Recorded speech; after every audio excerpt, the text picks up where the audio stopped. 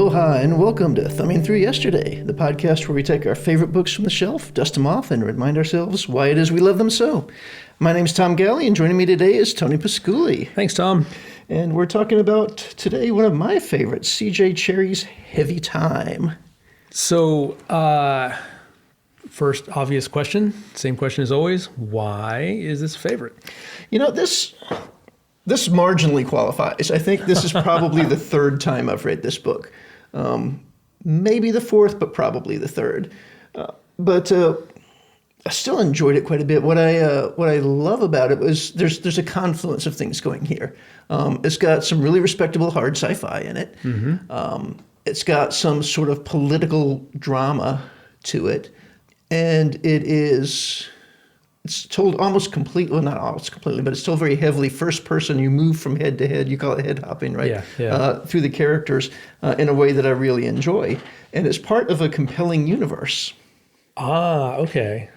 I don't think I've read anything else in this universe, and that may be, I did not get as much out of this as you did. Well, no, so there are 4 books in the Company Wars. This is the 3rd book. They're not actually linear in any way, shape, or form. I've read book 3 and book 4, which is a direct sequel to this. Mm-hmm. I have not read books 1 and 2, but okay. I still appreciate, and I've started to wonder if this is actually a trope. It seems to me that anytime you've got space travel and you've got people working in the asteroid belt, you have belters versus. Yes. You know, and I can name half a dozen of those without trying. And in this one, you've got, and it's always belters versus everyone else, right? In this case, you've got belters versus Mars, you've got belters versus Earth, you've got belters versus the local company, and belters versus the military. And the belters are isolationists. Yes. You know, and there's actually division within them because you've got the freelancers, you've got the shepherds, the company ships, and the tenders, all of whom, you know, congregate with their own kind.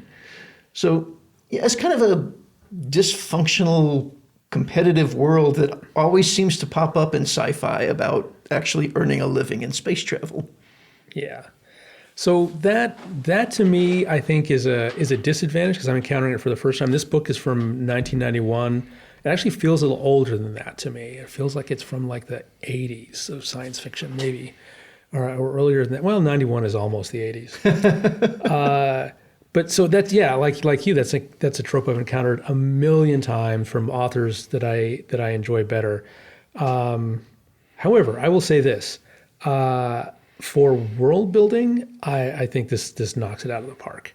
The world building is so rich and so complete, and much more thought out than a lot of these, which just get right into the personal politics. I mean, there's a you know, deep world system going on here.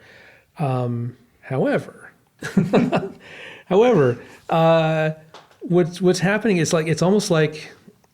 I came up with this term. I don't know if anyone else uses it. Foreground and background storytelling. So the background storytelling is 100% amazing. And the foreground storytelling, which is meant, in my opinion, to sort of inhabit and show off the background, is lacking. I don't think the characters... Yeah, I don't like these characters. I just don't like these characters. I think that's part of what I actually like about the book. You know? We know this about the broken you. characters. And there's not a one in here that's not in some way, shape, or form broken. Yeah. Maybe in multiple ways and shapes. Yeah. I had a thought. Poor Decker is a wreck. Decker, oh my gosh. Yeah.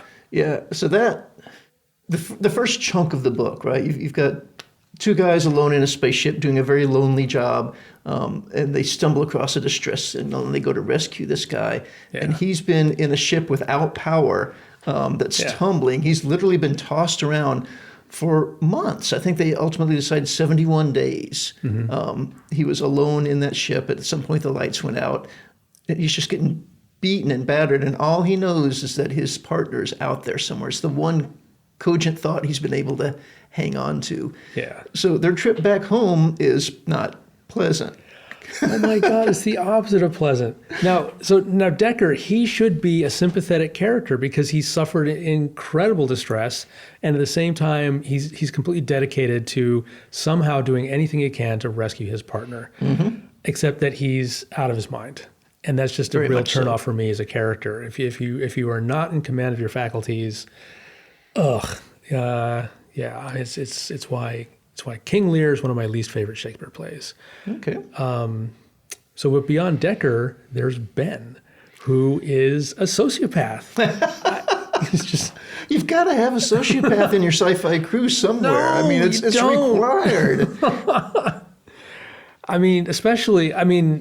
You can, but then it becomes a different book. I mean, you got three people in a spaceship and one of them wants to kill one of the other ones. Great. That is fraught. There is tension there. But Ben is all talk and no action. But there are things that are taboos for a reason. You don't entertain the thought of killing another human being. You just don't. And voicing that out loud takes you off the list of human beings, you know? And Bird doesn't do nearly enough to shut that down. He takes it somewhat seriously, but not seriously enough. I mean, he should lock Decker down because Decker's out of his mind. And the next thing he should do is he should lock Ben down so that Ben doesn't kill Decker, or him so that he can kill Decker, because he's made it pretty clear that he's financially motivated to murder this guy. Yeah, he's all about pragmatism. Yeah. Well, that's one word for it. Opportunism is the word I would use. Well, I mean, his life, his upbringing, what he has gone through to get where he is, has forged him in this way. And the society in which he was raised has forged him this way. Yes. And this is actually one of the, I guess you'd call it the background stories about how the company has been systematically, and actually Earth has been systematically depriving people in space of the type of grounding that would give them the moral code you and I are accustomed to. And that is, one of the, was it Sal or Meg, I forget, actually tries to explain, one of them tries to explain it to the other, the difference between, dirt cider ethics and builder ethics, and why it's becoming that way. Yeah, it's interesting because Ben and Bird are two of our main characters, and Ben is a belter by birth, but Bird came from Earth. He grew up with a blue sky. He's got references to things that, Ben has no idea what these things even are. He has no reference for a sky or grass or dirt. There's a running joke about Shakespeare. Shakespeare, yes. Yeah. It's like, all right, I'll pop in a tape. Yeah. If he doesn't know who Shakespeare is, if he doesn't know the guy, if he's not working with the guy, he just doesn't care. He doesn't have any interest. Yeah. I don't know. There's just a lot that I do enjoy about this. Now, the plot, at least what the plot evolves into, very quickly becomes very complex. And CJ doesn't help us out. She doesn't spoon feed us anything. Nope. There are some very significant discussions that happen between the two women who are both into this rap culture, and they're using a dialect that is never interpreted for us. We have to fill in a lot of stuff contextually is the word I was looking for there. She expects a lot of her reader. Yeah. And I think this is a trait that either endears or really ruins a writer for me, depending on how much of it, how hard do I really have to think to follow the story. And for her, it's just the right. It's set at 5.5, which is where I want it. That's fair. I would say it's set higher than that with this particular writer. But that's a thing that I was definitely very aware of being something that appealed to me as a younger reader of science fiction. I want to be thrown in, bam, mise en scène, stuff is happening, you figure it out. I don't want to be spoon-fed. But the older I get, maybe, especially post-pandemic, I'm just like, ugh, I don't have time for this. What the hell are you talking about? This is a book you have to pay attention. Yeah. Again, not a good choice to read right before you fall asleep because you're going to backtrack anyway. Yeah. Well, I couldn't because this book does not exist on Kindle. Which is one of those weirdities. Yeah. I mean, all of her other stuff is on Kindle. Why not this one? It's so strange. I always wonder about that. If it's a licensing deal, if it just got overlooked, if they assume nobody wants to read this particular one. So this is the first novel I've read in print since Star Trek Log 10, I bet. Oh, did I read Star Trek Log 10 in print? Because it too was not available electronically. Okay, I'd forgotten about Star Trek Log 10. Yeah, and it's I had to carve out daytime reading time for this because I couldn't read it in my bed at night. That's when I do most of my reading. It's like right when I wake up or right before I go to sleep, and I don't have a night light. So yeah. What a horrible handicap to overcome. Yeah. But I also, with this book in particular, I found myself handicapped by the fact that I wasn't reading it on a Kindle and I couldn't take notes. I couldn't just go, okay, or just flip back quickly to figure out what something was that she was talking about. Yeah. And it's just, I felt like I had half my brain turned off while I was reading this book. So And that's a me there's a problem, lot to keep not a up Cherryh with. problem. Yes, there is. You know, we've got 5 core characters, right? Ben, Deckard, Bird, Meg, and Sal. Yeah. Meg and Sal become very important. In the early book, they don't, it's not until they dock with the... Yeah. Anyway, but we've got those 5. But we've got not that many secondary characters, but they're all important secondary characters that show up for very brief times. They're all named Sal. There's Sal who's with Meg, and there's Salvatore, and then there's Decker's partner's mother, whose last name is Salazar. Oh, yeah. That was driving me nuts. Yep. I had not actually picked up on that, but that might have added to the confusion without me realizing it. Now, as I was reading this, and I remember you've talked before about how much you really like hard sci-fi. There were chunks of it I was reading. I was like, Tony's got to be loving this. So it's interesting. I don't actually like hard sci-fi. What I like is something that I have thought of as hard sci-fi, but it's something else. So I like whatever it is that Robert Forward does in Dragon's Egg. Okay. Which people do not. People think of hard sci-fi as very plausible and very crunchy. It's like, oh yeah, that's when we get to the asteroids, that's how it's going to be. Yeah, 2001. What I like is speculative physics. So it's very, very intensively science-based, but it's physics beyond our own, or science beyond our own. Not like 5 years or 10 years, but 50 years or 100 years. Okay. That's exciting to me. So hard sci-fi, less so, and especially because it tends to lead to these sort of dystopian, anti-capitalist, everybody hates everybody, the world sucks kind of bleak novels. I don't think you can blame reality for dystopia. That's an interesting thought, though. No, I blame hard science fiction writers for it. Are there any positive hard science fiction novels? I'll get back to you. Okay. That's one of the things that I really do love about this. And again, she doesn't do us any favors with this. I started deciding she was deliberately being vague about stuff in order to make us think it through. Yeah.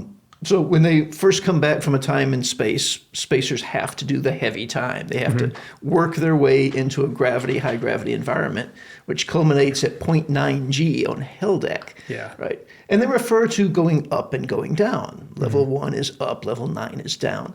But the core is inwards of level 1. Right. So as you move into the lower numbers, you move into 0 G, but it's actually out, not down, technically speaking, is up, right? So talking about moving up and down and changing levels is backwards of what you intuitively think of as somebody that lives on a planet. Yeah.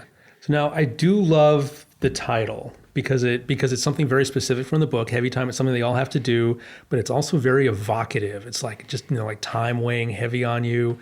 It's heavy time is great. It's really compelling as a title. And it's not something, again, Cherryh has come up with something that I haven't heard anybody else, because like you say, this is a standard trope, is the Belters versus everybody. I haven't heard anybody else talking about how are the Belters not losing their bone mass into their blood systems. And in this book, they've got a whole protocol for doing heavy time.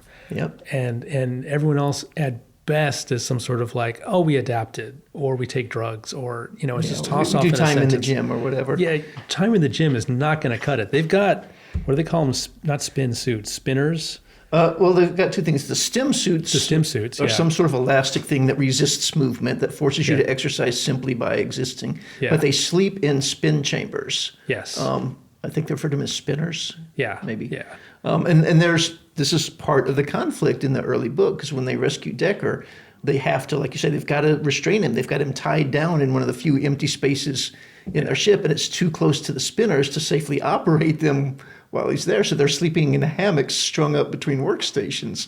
Yeah. This does not improve Ben's mood at all. Yeah. Yeah, so she's great at that kind of detail. She has clearly thought about this whole system and this whole world in a level of detail that is just admirable. Yeah. Yeah. There's ways of moving around, especially in the low G, include a cable that has handles on it. I think of it like a clothesline. Yeah. It's just running on a circle. And you grab the cable, it drags you along, and you let go, and you grab an exit bar. Yeah. And if you miss the exit bar, there's the embarrassment of getting caught by the safety pillows at the end. Yeah. But during the climactic escape at the end, somebody cuts the cable while they're on it. But they've done safety drills for this since they were children. They all know what to do. You know, they link hands, they push away as hard as they can. The cable wraps and they're floating their free fall, but the one closest to an object grabs it and they all pull each other in. I love that. I mean, the amount of thought that went into, like you said, if you lived in zero G and you depended on this, you would have safety drills about what to do when it goes south. Yeah. She thought about what those were and put it in there. You go. Yeah. So again, no complaints about the world building. It's very, very good. And she's a multiple Hugo winning author. And that doesn't surprise me in the least. But the foreground story is these horrible, horrible characters inhabiting this incredibly complex world. And many of them continuing to do horrible things. Yes. And it's just like, ugh. Now, one thing I did approve of, the security chief of the station, who you just knew was going to be a bad guy from early on, ended up not being the bad guy. He was a schmuck. He was caught in an impossible place between opposing powers and literally trying to do the best he could. Didn't do anyone any good at the end of the day, but at least, you know, this is a place where you expected a villain and you didn't get a villain, you got a pawn. Yeah.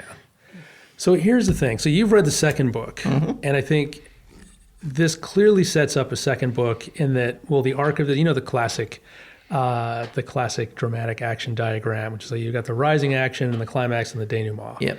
This feels like it is all rising action, slow rising action at that. Until you get to the last two chapters where suddenly it's like a pot boiling over. Very much so. But I'm reading the back flap here before I read the book, and Paul Decker, as a kid with a dream, wakes to a nightmare. His ship is stolen, his future is destroyed, his beautiful partner missing, his memory gone, blah, blah, blah. Accuse him of being negligent, crazy, and foolish, as well as a cold-blooded murderer. Only a renegade miner, Morris Bird, will help Paul learn the truth, because somewhere in Decker's mind lies a dark secret that can change the fate of worlds. That is an exciting piece of back flap copy. I'm reading Which this. partially describes, and not all that accurately. I'm 5 or 6 chapters in. I'm like, is this the right book? Yep. Yeah. Well, I mean, the dark secret is that the company is stealing. Oh, yeah. Big whoop, right? Big revelation. There's a spaceship where it wasn't supposed to be doing something the rules said it wasn't supposed to do. Yeah. That's the dark secret. But it's ultimately enough to help. It's the inciting event that ignites the next civil war, which apparently they've already had one. Yeah, I kind of wanted that to happen in the first third of the book, because we knew that dark secret immediately. I did. It was obvious. Yeah. So it's like, okay, get to the dark secret and let's get on with this. You know, Decker doesn't have very many cohesive lines of dialogue initially, but the few that he has are the hints that tell us what the main plot's going to be. One of the things about this book, you mentioned that the ending clearly sets it up for a sequel. I feel like the ending is thin on this because, I mean, we've got this huge buildup and it, like you said, explodes. It's a pot boiling over. There's people dying in the space station, right? There are people firing on people in the space station. It's the Civil War type of thing is happening. And all through the book, the free runners have been, don't trust them. Yeah. And them is literally everyone that's not a free runner. Them includes the company, them includes people from Earth, them includes Mars, and them explicitly includes the military. Because one of the things they're complaining about is the military is building a starship, a combat ship at the base, which was not okay. And then what is the happy ending at the end? They escape into the welcoming arms of the military, who it turns out aren't such bad guys and really are interested in helping Decker along. Yeah. Is he really that special? How do they know he's that special? But there we have it. Yeah. Another interesting thing about this. So this is Cherryh's a female writer, a woman writer. I don't want to be too gender essentialist here. This is the opposite of a romance novel. Okay. Yes. And I romance is a genre I can't read. It's one of those popular genres in the world. Got to give it its due. Romance readers by 50% of all books that are published. Good for them. But romance writers tend to dwell on interiority to such a degree that it's like, it's like dipping your hands in syrup. It's just like, blah, That's my take. Sorry, romance writers and readers. This is literally the opposite of that. It's like you go into these people's minds and either they're insane or they're cold and calculating. It's a whole cold and calculating universe. This book has no heart whatsoever. Yep. It's just, I find it clinical and just passionate. The little bit of heart that's there is in Bird, and Yeah. spoiler bomb here, he doesn't make it. Yeah. One of the two characters that you are 100% certain have to make it through the book does not make it. Yeah. This is like the opening of Game of Thrones when Oh, yeah. what's his name gets his head cut off. Ned Stark. Ed Stark, yeah. Yeah. Spoiler. I'm assuming you're not listening to the podcast without having read the book, but now you know. Now you know. I had a lot of fun also with you don't know with Decker what the medics were doing. Were they really trying to make him better? Were they really trying to break his mind? We're given reason to think both.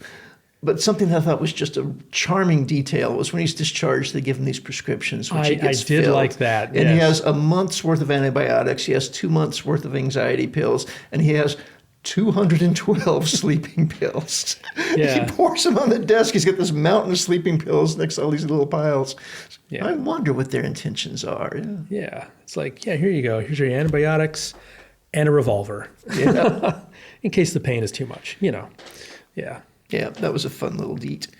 I did appreciate that. All right. Yeah, again, I haven't read this that many times, but I did enjoy it, and I'm looking forward to hitting the sequel up. I should have plenty of time to do that in the next few weeks. I'm gonna pass on the sequel because this did not grab me. That's And I've read Cherryh before. I did. I think I told you I was on a kick where I was reading all the Hugo winners, and I read Down Below Station, which won the Hugo Award, and I could not tell you a thing about that book. And I think I've read Citeen also, because that also won a Hugo. I thought about choosing Down Below Station, actually, but I went with Heavy Time instead. I definitely enjoy it more. Yeah. She's got it. Down Below Station is also a great title for it. It just sounds like science fiction. Yeah. So does Heavy Time. Well, the sequel to this is Hellburner, which I think is a lame title. But it is. That's weak sauce. Yeah. But, she actually tells you what the plot is right there at the end. Right? The military's come up with yet another generation of super warships, and there's more warship than crews can handle. Yeah. Human reflexes are not sufficient to tame that beast. And Decker is one of this crew of high-performing special people that they're hoping can. Yeah. Yeah. So I want to make it clear for people who are listening, just because I didn't like this book, I recognize that this is a well-written book in a lot of ways. There's a lot of craft going on here. There's a lot of thought and attention to detail, and it just did not spark joy for me. Yeah. But if you are a hard science fiction lover, this was probably right up your alley. Yeah, there's a lot of good hard sci-fi in here. So if you like that sort of thing, definitely pick this up. If you don't like this sort of thing, pass on. Yeah. Because you can't get through the book without a lot of it. Mm-hmm. All right. So what we got coming up next? Next, we have something that tonally is probably the exact opposite of this. It is John Scalzi's first novel, Agent to the Stars. Can't wait. Can't wait. All right. We'll see you in 2 weeks. In 2 weeks.